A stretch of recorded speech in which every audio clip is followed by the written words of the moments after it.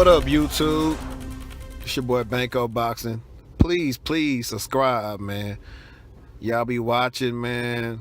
Just hit the subscribe button, fam, and I'll be able to do more content when I see y'all actually care about me. But anyways, weekend recap. We had, I was hopefully, and not heavily invested, but because I like who Devon Alexander is as a person, I was rooting for him, being that this was his first fight. He switched trainers to Roy Jones, and I was rooting for him to win. Unfortunately, the ball didn't roll like that for him. He ended up getting stopped by, what's the dude named Ivan Reddick? I don't know too much about him. I haven't looked into his resume or nothing like that, but it was an entertaining fight. Devon, I think I had Devon up, and I don't know, maybe new coaching or something. I don't know. Devon just don't look like Devon used to look.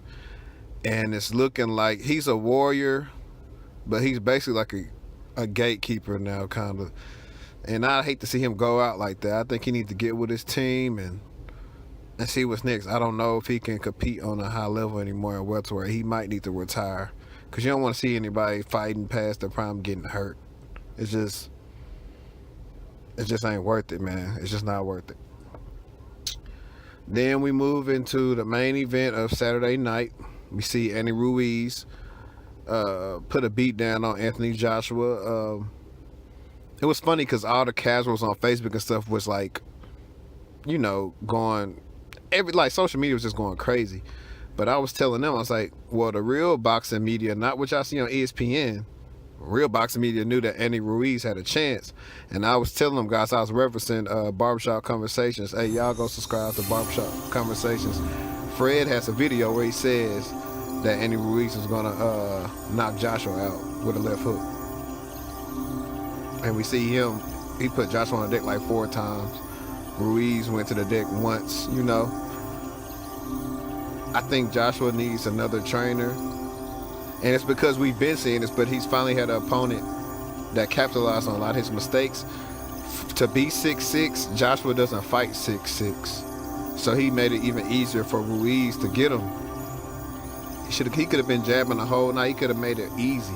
But Ruiz has amateur pedigree and knows how to fight.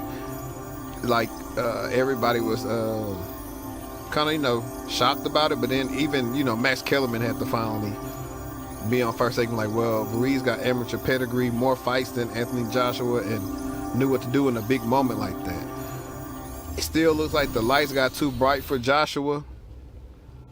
I'm hearing rumblings about he doesn't know if he had a rematch in his contract or not. Who knows? If I'm Andy Ruiz, I'm not going to the UK and fight him. If I'm the champ now, I say, okay, you come back. We fight in Vegas, New York, Brooklyn. We fight wherever, but I'm not going into the UK. You don't call the shots no more, because you wouldn't have gave me a rematch if I lost. And that's one of them same things that Wilder was having an issue with their contract negotiations. So now we see why Joshua didn't fight Wilder last year for that $50 million. They knew in their heart of hearts he wasn't ready.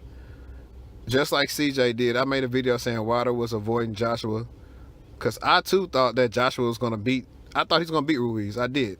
I thought Joshua had something to prove, and I thought he was going to put a stellar performance on and beat him. And therefore, I was saying after that, they could have fought in 2019, I'm sorry. But as we see, that didn't happen. This has been the year of the underdogs upsetting everybody. We had J-Rock beat Hurd. Last year, we had Tony Harrison beating Charlo. Hey, Errol Spence, better be careful fighting Sean Porter. Sean Porter not no walk in the park. He ain't. It ain't no just for certain thing that, you're going to walk through him and win. Anything can happen. Keith Thurman, Manny Pacquiao, you never know. Keith got to go out there and fight. Mess around and lose his he say he got he ain't afraid to let it go. But the money ain't going to be there if you lose the Pacquiao, bud. Who else has a O? Of course, Wilder has one, so he can't look past Luis Ortiz. Ortiz had him almost dead to rights in that first fight. So we'll see what type of adjustments Wilder makes for Ortiz. He didn't take any punishment out of the last fight, so it should be, you know, 2 fresh fighters. But yeah, man. But on the flip side of that, it's always been comeback stories. I made a video on, I mean, not video, I'm sorry, man.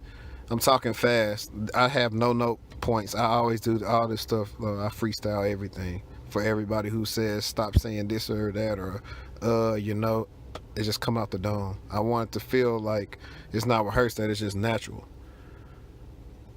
But anyways, man, the side note is I said Anthony Joshua can come back from this. He can come back from this and be a champion again. He just got to go back to the drawing board and work hard. And he can do it. If he do it, you can't take it away from him. I don't care what you do. Pretty much. Like AB shouted him out. He said, you know, hey, this boxing stuff so fickle. Don't say nothing to me when I come world champion again. And I think, I don't know if he hit him up outside that, but he's one of the few people that could actually empathize, sympathize with Anthony Joshua, just because of he been catching hell for a fight from 6 years ago, and people still mess with him about it. And he was a bigger star than Anthony Joshua over here at the time when he lost to Maidana. So I feel like somebody like AB, who came back after a loss to Maidana and got his fourth belt in his 4th weight class. So I feel like he's the perfect person to just say, hey, go back to the drawing board and you can get it, champ. You know, because now the good thing is, like, now he lost, oh well. It's like, I lost, I ain't got the O no more, I'm fighting whoever. That's how you really figure out who got the smoke. You fight whoever. Become the can man in the heavyweight division. Say you want to from whoever. Wilder, got to get through Ortiz, and we'll see what you do with Fury. But look, this is marinating going wrong, man. This fight should have been made. Now, I don't know who he's going to fight. I mean, if he get past Ortiz and Fury, and let's say Andy Ruiz either fights Joshua again and beats him and he keeps the belt, it's not going to have that same type of luster.